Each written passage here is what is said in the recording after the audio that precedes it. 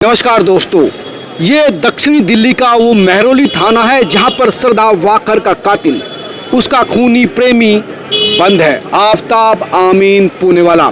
जी हाँ, इस खूंखार अपराधी को यहाँ थाने में रखा गया है और पुलिस लगातार पूछताछ कर रही है।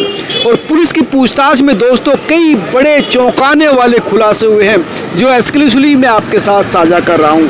दरअसल जो खुलासे हुए हैं वो इतने गंभीर है जिन्हें सुनकर कोई भी हिल सकता है। दरअसल पुलिस पूछताछ में भी ये व्यक्ति हंस रहा है, अपने भाग्य को कोस रहा है। इसका कहना है कि मेरी गलती से मैं पकड़ा गया। इसे अपनी उस मासूका के कत्ल की तनिक फिक्र नहीं है, बस इस बात का गम है कि वो काबू में कैसे आ गया, पकड़ा कैसे गया। दरअसल पुलिस को चकमा देने की तमाम कोशिशें, तमाम जत्न इसने किए थे। जब शुरुआत में पुलिस ने इसको गिरफ्तार किया, पकड़ा, मैं वो एक्सक्लूसिव चीज़ें आपके साथ शेयर कर रहा हूँ जो पुलिस सूत्रों ने बताई है। तो इसने कहा कि 22 मई से श्रद्धा मेरे संपर्क में नहीं है, वो घर छोड़कर चली गई है, सिर्फ अपना फ़ोन लेकर गई है, कपड़े और बाकी चीज़ें वो यहीं पर छोड़कर चली गई है। लेकिन पुलिस ने जब एविडेंस जुटाए, जब उसके फ़ोन कॉल को उसकी सर्विलांस के जरिए खंगाला गया, जब उसके अकाउंट से ट्रांजैक्शन देखी गई तो 26 तारीख की ट्रांजैक्शन श्रद्धा के फ़ोन से आफताब के अकाउंट में थी। उसकी लोकेशन लगातार मेहरौली के एरिया में दिखाई दी। तो ये वो चीज़ें थी जो पुलिस को ये बता रही थी कि ये सफ़ेद झूठ बोल रहा है। और उसके बाद जब सख्ताई से उसके साथ पूछताछ की तो इसे टूट गया। और इसने जो खुलासे किए वो इतने गंभीर और चौंकाने वाले थे कि हर कोई आज ये महसूस कर रहा है कि उस मासूम लड़की ने इस दरिंदे पर यकीन करके सबसे बड़ी गलती की थी। पुलिस पूछताछ में बताया कि इस व्यक्ति ने मुझसे मारने का प्लान बना रखा था और कई बार झगड़ा भी हो चुका था। पुलिस ये पूछताछ कर रही है कि जो नई गर्लफ्रेंड थी, दरअसल उसने एक नई गर्लफ्रेंड भी बना दी थी, क्या इन दोनों के बीच झगड़े की वजह वो नई लड़की थी? दरअसल कई महीने से इनका झगड़ा हो रहा था, 3 महीने से झगड़ा चल रहा था और झगड़े को लेकर दोनों तनाव में रहते थे और दोनों सेपरेट होना चाहते थे। एक लड़की फिर इसने अपनी दोस्त बनाई थी ऐप के थ्रू ही, जिस तरह से ये लड़की बनाई थी।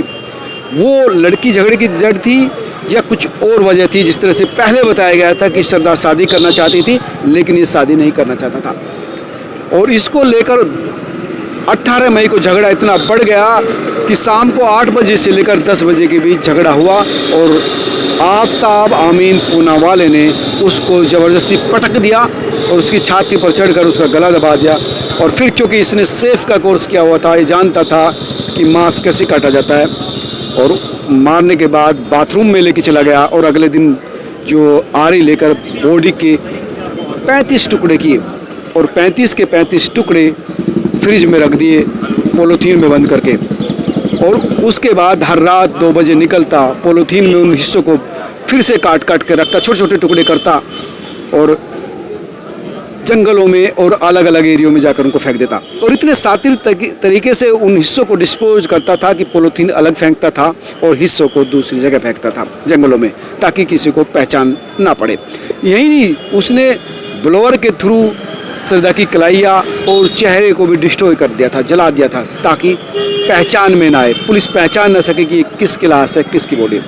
हालांकि इस व्यक्ति ने श्रद्धा का चेहरा अंतिम दिन तक फ्रिज में रखा, यानी उसके चेहरे को देखता था।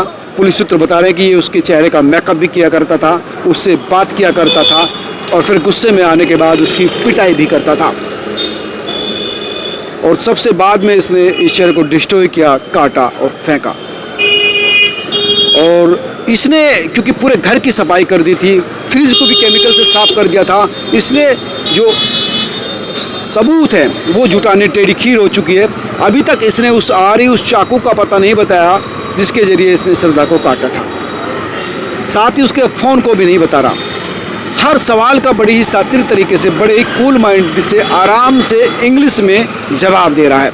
हिंदी जानता है लेकिन इंग्लिश में बोल रहा है, हर चीज़ को बहुत ही बारीकी से रख रहा है। कबूल कर लिया मैंने हत्या की, 18 तारीख को हत्या की, इस तरह से बॉडी के पार्ट काटे, जब बॉडी के कुछ हिस्सों को फ्रीजर में रखा, बाकी हिस्सों को नीचे में रखा और उन दोनों को चेंज करता रहा ताकि बदबू ना रहे। बदबू मिटाने के लिए अगरबत्ती, धूप बत्ती का इस्तेमाल करता रहा।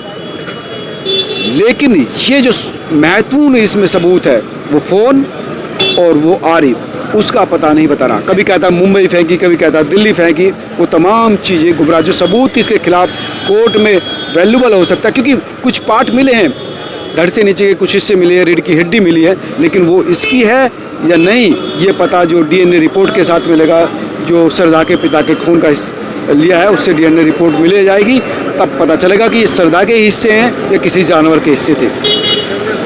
लेकिन चूंकि बड़ा सबूत वो आरी और वो फ़ोन था जिसके थ्रू ये लगातार, दरअसल इसकी मौत के बाद भी 18 तारीख के बाद भी ये सोशल मीडिया पर चैटिंग करता रहता था सरदा के दोस्तों के साथ, ताकि उसको किसी को पता न लगे कि सरदा अभी मरी है कि जिंदा है। लेकिन 2 महीने बाद उसे चैटिंग भी करना बंद कर दिया और इसके बाद दोस्तों को शक हुआ और इसी शक की वजह से श्री जय जो सरदा का भाई है उसको उसके दोस्त लक्ष्मण ने बताया कि करीब 2 महीने से सरदा के साथ उनका संपर्क नहीं, और श्री जय ने अब उसके पिता को बताया, विकास वाकर को, और उसके बाद फिर विकास दिल्ली आए, मुंबई रिपोर्ट दर्ज की और दिल्ली आकर पुलिस में केस दर्ज कराया और फिर पुलिस ने इसको गिरफ्तार किया और पूछा, तब ये केस खुला। हालांकि इसका ये कहना था, ये मानना था, ये पक्का था कि क्योंकि सरदा ने अपने परिवार से रिश्ते तोड़ लिए हैं तो परिवार का कोई व्यक्ति उसको की खबर लेने, उसको ढूंढने दिल्ली नहीं आएगा। इसलिए वो सुकून से उसके बॉडी के हिस्से डिस्पोज करने के बाद, ख़त्म करने के बाद सुकून की ज़िंदगी जी रहा था।